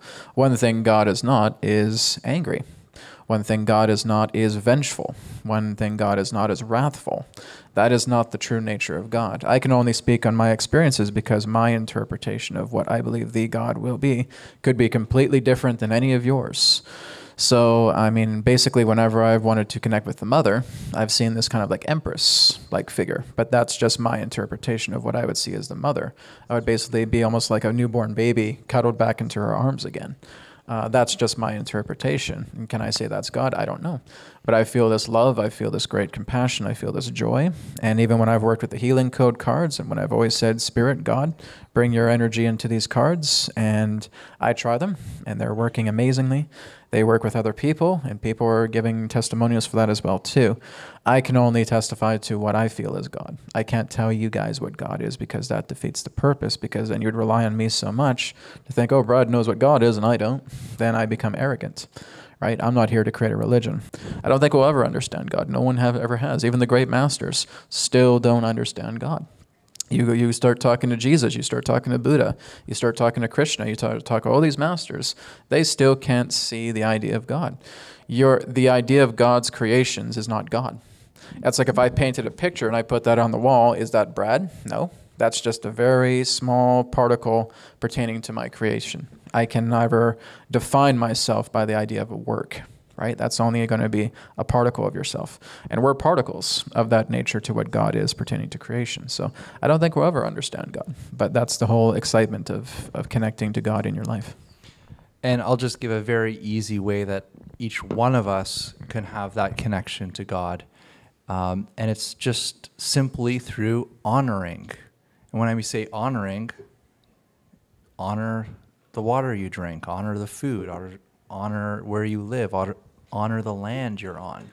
Okay, if you're in that kind of state of mind where you have gratitude for the elements of creation around you, you're giving honor to yourself and gratitude to yourself as well, because you are part of that creation, you're part of that whole. And to live in that harmony, you're honoring that, what we call, in my opinion, God. That's what we call God, is literally everything. everything is God. It's in everything around us. So if we honor everything around us and ourselves, that is being in that connection with God is my truth. Brad, were you aware of the conversation that Adronis, well, the information that he shared with us about space? And about it can being you- an ocean, yeah. Yes. Was he saying there's actual water in space? Mm-hmm. Okay. Because again, you see this in NASA photos. You even see this in NASA reports that the sun is spewing water, right? It's not just the idea of a hot ball of fire. There's water coming out of the sun. So water, and there's even massive reports about astronauts drowning in outer space. That actually an astronaut nearly drowned in outer space. If you're looking at the idea of space as a vacuum, it doesn't work, right? If everything's just sucking itself up, what are we going to do? How are the astronauts going to go outside of their ships and do all this work? If it's just a vacuum, they're going to get sucked into, what are they going to get sucked into? What's sucking them, right? Maybe it's NASA that sucks. Exactly. That's Your my vacuum point. sucks, NASA. Yeah. So but why- yeah, absolutely. Water in space. That's the idea. Why has that information been withheld from us? It hasn't been withheld. Look at the very first book of the Bible. knew that? Okay, Genesis. God again said, "Let there be light," and this moved across the waters. How can it move across the waters if Earth wasn't created yet?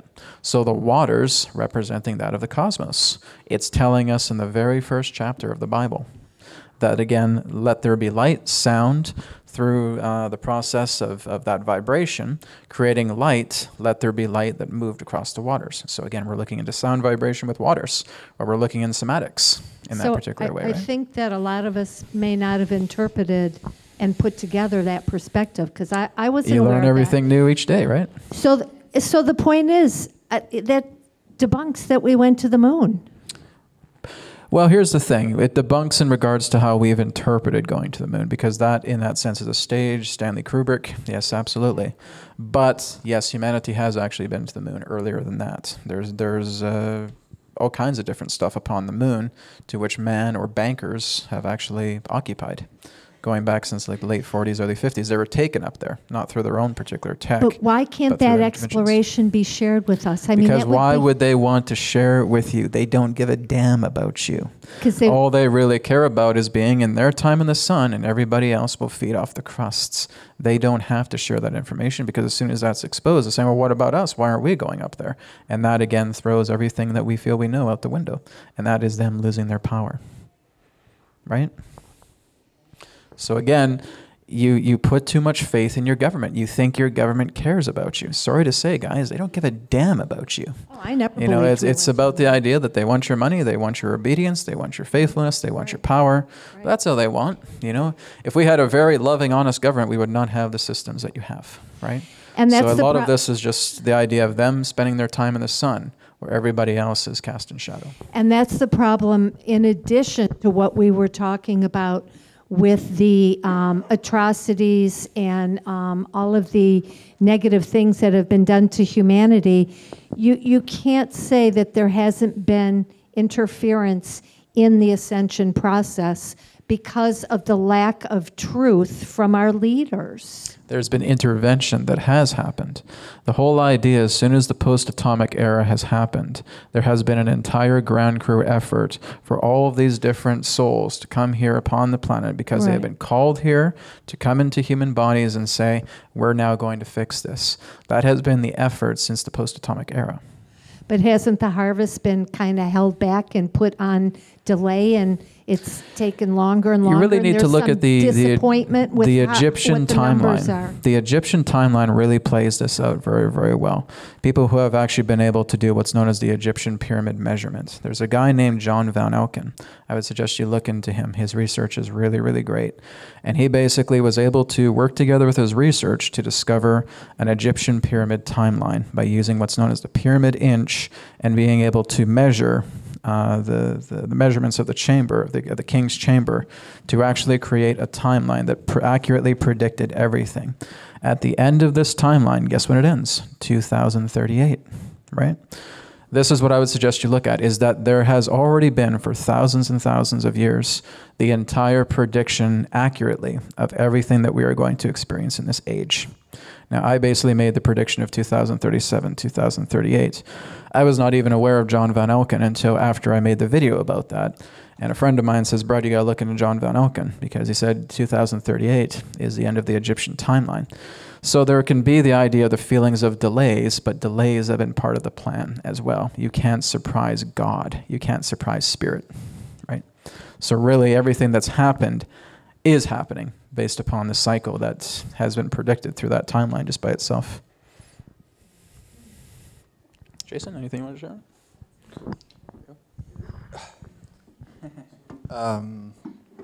No, America. Okay, the young lady had something. Go ahead, young lady. Oh, now? Yeah. Okay. A couple things. Thoughts and opinions, or what's going on with Project Looking Glass and CERN and transference of consciousness, if any of you know about that. Not me. John, how about you? Yeah, Project Looking Glass. You got your mic. Oh, yeah. Only my work. Sorry, I can't use the Canadian mic. That's right. My goodness. I don't want to start another. We need your citizenship, man, before you even touch our mic. You know, I had a little boy when I was when one of my little boys was about like 5 years old. He was working on figuring out how to have a time machine, and he asked me while he was figuring this out in his head. He asked me, he said, is a time machine possible? Can I? And I said something to him. I don't know where it came from, but I said to him, I don't think time machine is possible, but you can create some kind of a window, some kind of a window machine thing that you can actually look through it and look at different timelines. Well, it turns out that apparently there was a lot of technology, I think Tesla technology. I think it was Tesla technology. Mm-hmm. Jason's big thing is Tesla. So I would have thought that you would be aware about this, the Looking Glass, because I believe it was originally Tesla technology. But anyway, Looking Glass is a project that apparently there have been bad actors like the CIA and the cabal who have had this Looking Glass technology, which allows them to look into different timelines. Some people thought that the technology allows you to look into definite timelines, into what is definitely going to be the timeline for certain future events. It turns out that there's been a lot of raw data that Hillary Clinton was given access to this technology in 2016. In 2016, and it's the reason why she was so certain that she was going to be president of the United States, and it's the reason why she was so certain that she was going to be president of the United States, because she actually saw herself using Looking Glass technology that was brought to her by the CIA, and they showed her herself as president. And that's the reason why she tweeted out that Time magazine congratulations to herself as the first woman president the night of the election. And it's crazy stuff, but there's a lot of separate independent sources on Looking Glass technology. But it turns out that when they gave her the Looking Glass technology, it didn't show her what the definite timeline was going to be. It showed her what she wanted the timeline to be. And she did not know that. And she found out later she was tricked. She was tricked, and it was too late. It was too late for her to do anything about it. So that's the Looking Glass technology. And I believe the Looking Glass technology is now in the hands of the alliance, the allied forces, who are using it for humanity's improvement instead of for an evil witch to reign over humanity. So now I'll turn it over to my favorite debunker, Jason Quitt. Tell them. No, I'm not.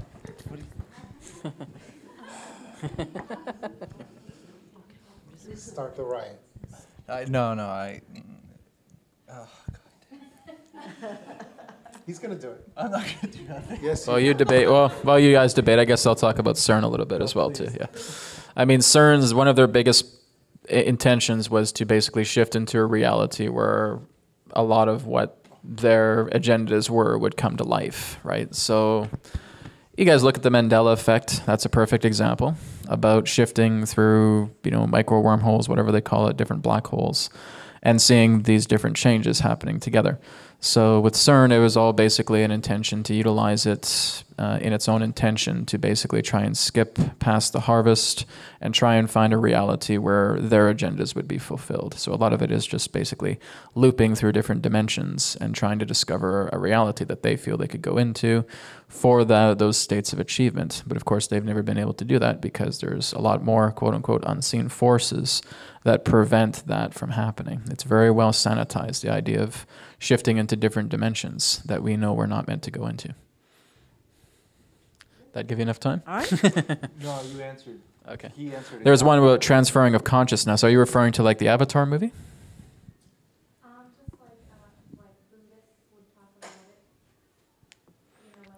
It depends. Is transferring of consciousness is kind of vague, right? There's the transcendence of consciousness, right? There's transferring of consciousness, like what we saw in the Avatar movie about being able to go into like this pod and then going into different brainwave states and actually putting yourself into a different body.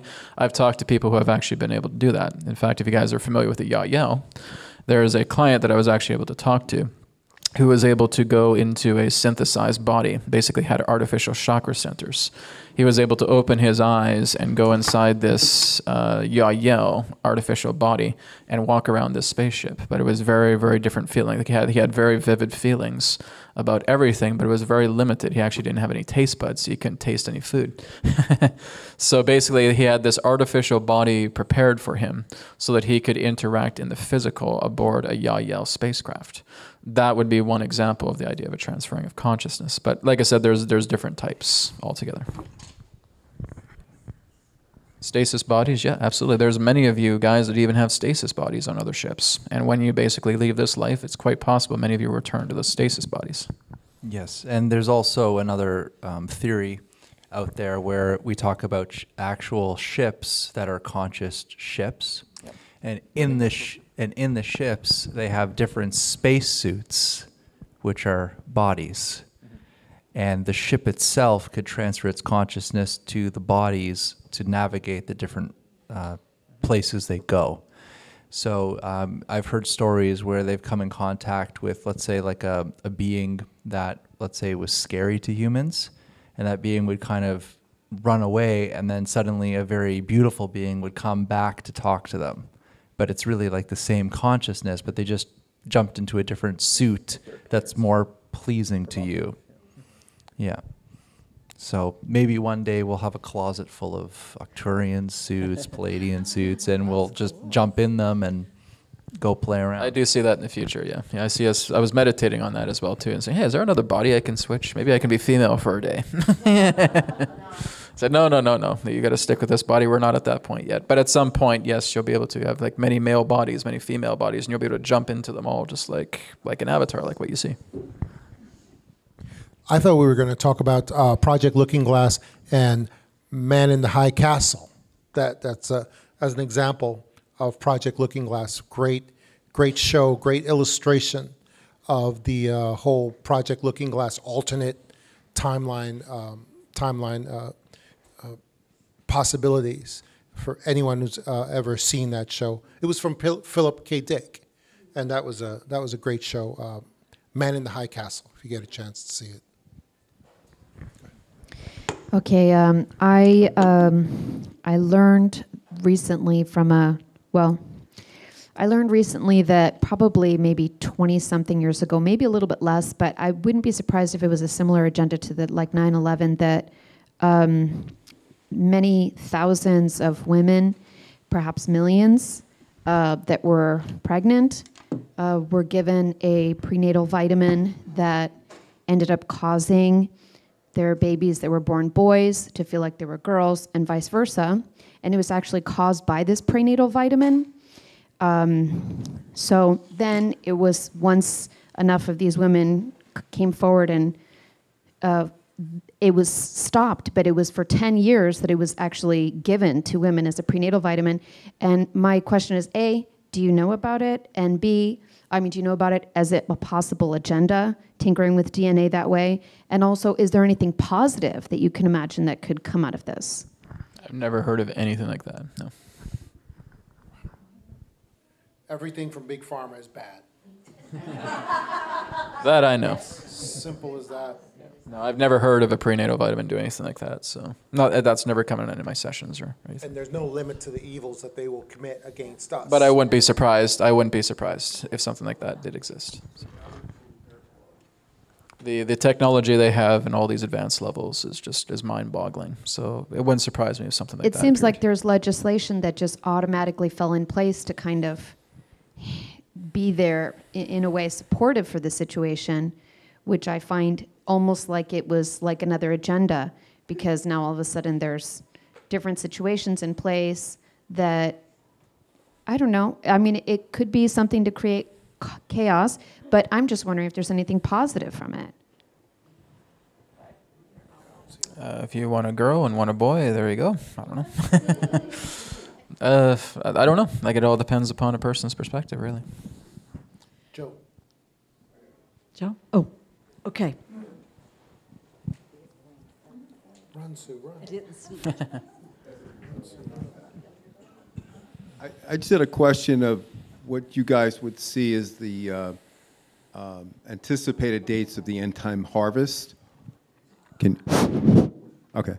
I was trying to see what your guys' interpretation of the end time harvest in terms of an expected date, and that I've already said 2037, 2038. Okay, so it's still pretty far off. Yep. And then would there be our veil, on our consciousness be lifted up to It's see? very much like what Jason was talking about today about the mist, right? Very much like that, because it's almost like a revealing and clarity of a membrane that basically clears, and now you're in a whole different reality you never saw before. It's like lifting the veil in that way. We don't really know how it's going to go down. I have not really got information about it. I have heard that from 2037 there may be 3 days of darkness, but other than that, that's really all I know. So that would start the golden age? Yeah, I've heard that, the Native Americans have gone through the 3 days of darkness before in the past, and they know all about it, so it's no big surprise to them. I've been told by Spirit that around 2037, 2038, or maybe around late 2037 would be the 3 days of darkness, So and probably around the end of December. So the transitory period starting now through that time would be the transitory period? That's what I've been told, yes. Like I said, it's not my perspective, it's Spirit's, so. All right, I know I've asked this question before, but I'm not letting it go. Clones. Okay. Brad says clones are stupid and they don't have a long lifespan. Can you explain that? And the other guys, give me your opinion about, is cloning real and what is our capability at this point? Because from what I've researched, it's like it's been going on for a really long time. What I'm aware of is that if you guys are familiar with the MIBs, the Men in Black, that's the closest approximation that I'm aware of pertaining to cloning experiments in that way. I have heard people cloning world leaders and stuff. Hillary Clinton may have had it happen. I've heard about that as well too, that they may have short lifespans and they have a very limited consciousness. It's kind of like programming cyborgs, like basically programmable life forms. What they would basically refer to as certain types of greys who are cyborgs, who basically don't have souls in the body. They would be operated by like a microprocessor or a microchip in their brain, and that they're basically piloted in that way. That could be something. I don't know if Clinton had that happen to her. The only ones that I'm aware of really are the MIBs. And what? What was the other one? I want to know I want to know why Sue is so interested in this topic and why she looks different every time I supposedly see her. It's just second. a coincidence to me, that's all. And look, this is just my opinion. I can't give you any solid answers, but I believe clones as a human, absolutely possible. But I would say souls inhabit vessels. It's just as simple as that. And if you create a vessel, no matter if it's a clone or not, there will be some essence of soul and consciousness that will come and inhabit that vessel. So it's just like a twin, right? Two identical twins, two different souls. Even though they're identical, it's two different people.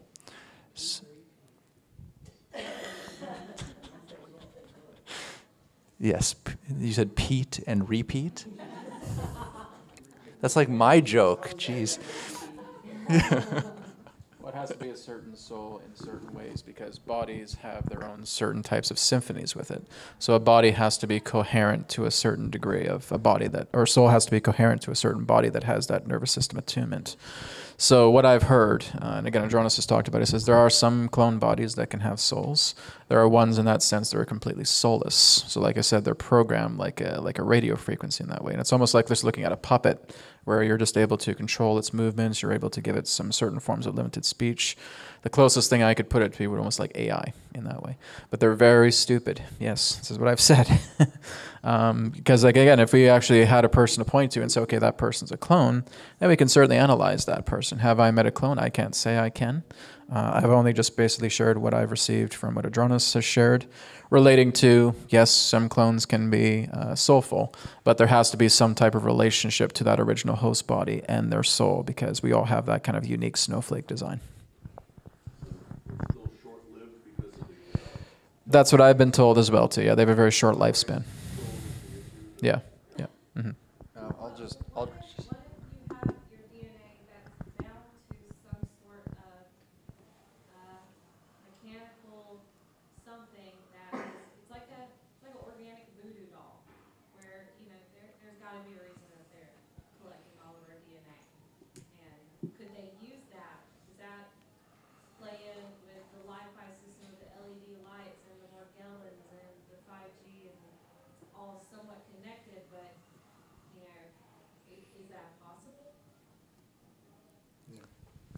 Yeah, don't turn over your DNA material to anybody. As Adronis was talking to you about that the other day, is that you would have certain forms of memories pertaining to that other host, right? So whenever you have a clone body that is identical to yours, you would actually be able to experience vividly the idea of what that clone is going through. So you would actually feel like you're living in two bodies simultaneously because its own genome is identical to yours, right? I don't feel that's your case. I feel your case is very different. No, I do not feel you have a clone body at all. I know, but I'm telling you anyways. From what I can sense from you, I do not detect any form of clone body flowing through you. Yeah. So again, the worst thing is the human mind when it's connected to fear, right? We make not only mountains out of molehills, we make planets out of them, right? So be very careful about how far you are willing to take your mind relating to fear, because that's the true rabbit hole. So you had previously mentioned the 3 days of darkness. I don't recall where I heard this, but I heard that during those 3 days is when the magnetic poles will switch. Is that? That's what I've heard too. Yes. Okay. Mm-hmm. Yeah. That I don't know. I feel like there is some sort of activity that's going to happen with the magnetic poles. I don't think it's going to be it's not going to be a disaster. And I know people think that as soon as you hear about 3 days of darkness, it's going to be a disaster. I've even looked into interviews of what the Native Americans say. So this is not a disaster. It's not a horrible thing, but people will make it into a horrible thing. It's no more different than being inside the womb again, right? Because we're just not used to that idea of 3 days of darkness. People are going to make the worst out of it. And it's very much in the idea that when you're in that state, it's like being being in a dark room. Have you guys ever been in a dark room meditation? Everything relating to your thoughts feel very vivid and everything starts to come to life. Well, some people may just basically injure themselves severely based upon those states of fear. But life is going to continue on even if those 3 days of darkness happen. Spirits tell me, Brad, this is definitely going to happen. All right. It's not my perspective. But again, if that does happen, and I'm not going to doubt spirits saying that it won't, then life will still carry on. You know, we'll still have a life on this planet. Again, those that go into the harvest will go into the harvest. Those that partition themselves into these different realities will experience those realities. Life will continue. Of course, with discernment, because we have no way of validating whether or not it's 100% true. We certainly don't. No. I mean, all I'm really getting at is just my premonitions from Spirit. I don't doubt it, but I'm just looking at it in that way to say, you know, guys, this is not my perspective. This is Spirit's. And I knew when I got that prediction and Spirit saying, Brad, you got to expose this. I'm like, oh, come on. Are they going to believe me? It's like, it doesn't matter if they believe you. Just get it out there, plant a seed, let them know, right? Not necessarily. So I'm even a guy as well to say, guys, don't get so transfixed on dates. And here I am giving you guys a date, 2037, 2038. And I mean, that's just what I've been told to say. I don't have any other excuse for that. It had also come along with the information that the planet would start rotating the other direction. I have no. No. But basically, here's the thing. The Earth is stationary. The Earth doesn't revolve around the sun. It hasn't revolved around the sun for nearly 100,000 years. This is what I've received. Earth is stationary and everything else revolves around us. So I've connected this with Spirit as well too.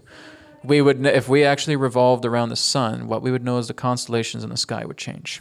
You would have different vantage points from other stars, but that has not changed in the longest time. Guys, I know you're going to blow up your brains here when I'm saying this, but I'm telling you guys, this is just what I've received from Spirit. Our planet does not revolve around the sun. It is completely stationary and everything else revolves around us. There was a video I watched the other day that was explaining the theory of biocentrism. I don't recall how it was said, but instead of heliocentric, it's biocentric. So life and consciousness are the thing that constitute the continuation of all things. Yeah, it's cycles. Expansion. It's cycles. Life cycles. You got it. Yep. Exactly. Okay. Thank you. Like I was pretty blown away by this as well too. Even Michael Tallinger, who I've talked to as well too, agrees with the idea of a stationary Earth in that way. There's not a lot of things that Michael and I agree on. There's some things we do, but I was really blown away that he was able to discover this as well too. Do the pilots know this? Do the what? Pilots of what? Pilots of what? Why would they know about it? NASA, never a straight answer. Right? This is just what I've received, guys. Whether you take it or not, it's up to you. But I've received the idea that Earth is stationary. It has not moved around the Earth or around the sun for nearly 99,000 years, and it has to do with the idea of time dilation. It has to do with the idea of the theme of what we're experiencing on this planet. It has to do with the nature of our time, even with the nature of our day as well too. So our planet has been stationary for nearly 99,000 years. We don't know when it's going to move again. Would our planet be the only one like that? Yep. Everything else revolves around the Earth. But that's the kind of thing. It's almost like a contradiction on top of a contradiction on top of a appeal. Right? Yeah. I don't know. Again, all I can say is this is what Spirit has shared with me, guys. So take it or leave it. Last question. Okay, you guys start talking. Okay, you spoke of the relationship between God and love, and I guess kind of in the subject regarding love, I was thinking of as far as like we all have a path to walk, so then the idea of having a purpose even before we're born here, or there being a God purpose for each and every one of us.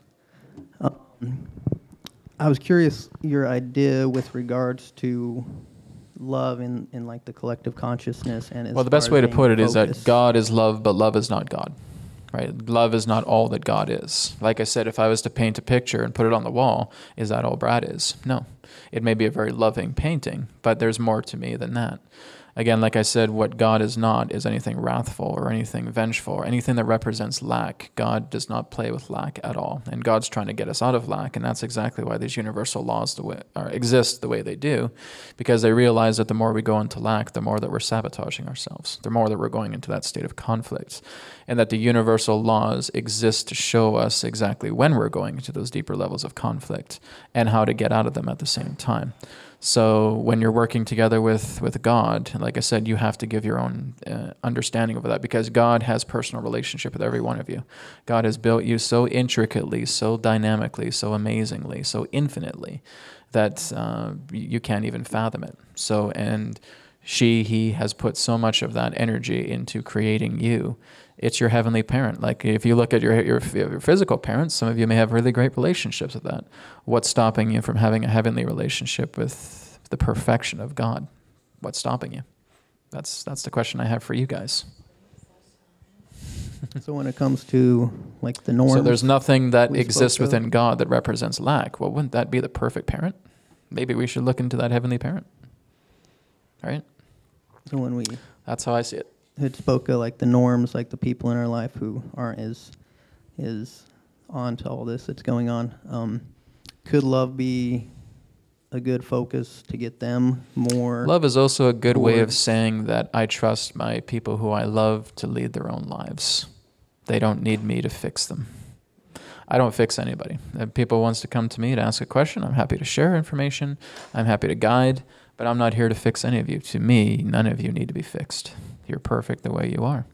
And that's, again, just a part of the compliment that really you can look at it like God is playing a character, and that's part of us.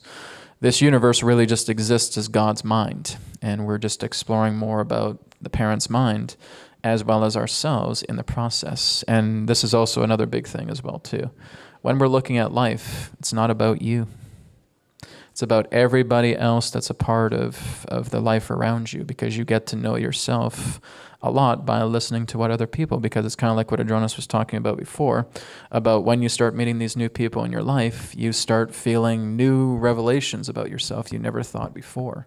You know, we kind of get out of this selfishness, and I think the New Age movement puts this into a lot of perspective about the idea of saying you can manifest what you want, you can manifest your heart desires, you can manifest this big mansion, you can manifest this big car. It's greed, greed, greed, greed, greed, right? That's the whole idea of the feeling of this manipulation with New Age movement. So I think the whole idea is that just spend time on yourself when you need correction. When you're not needing to correct yourself, work with somebody else. Help people out in the best way that you can, right? That's compassion. Okay? I'm done. No more questions. Ask these two guys. I want to thank everybody for coming tonight, and I want to thank you, Brad Johnson. Yay! Jason Quitt and John DeSouza. Thank you guys so much for coming. Really appreciate your participation. Thank you all. Thank you.